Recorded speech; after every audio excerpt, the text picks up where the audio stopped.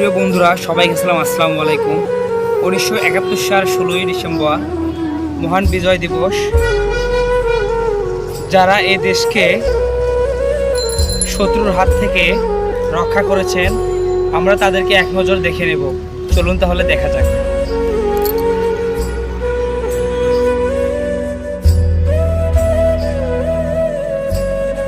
যারা শত্রুর হাত থেকে আমাদেরকে রক্ষা করেছিল, তারা আজ আমাদের মাঝে বেঁচে নেই। হয়তো তারা মারা গিয়েছে, কিন্তু তাদেরকে আমরা কখনো ভুলবো না এবং তাদের ঋণ আমরা কখনো শোধ করতে পারবো না। কিন্তু ইতিহাস সাক্ষী, আজকে যারা নতুন প্রজন্ম আসতেছে, তারা যেন তাদেরকে কখনো ভুলে না।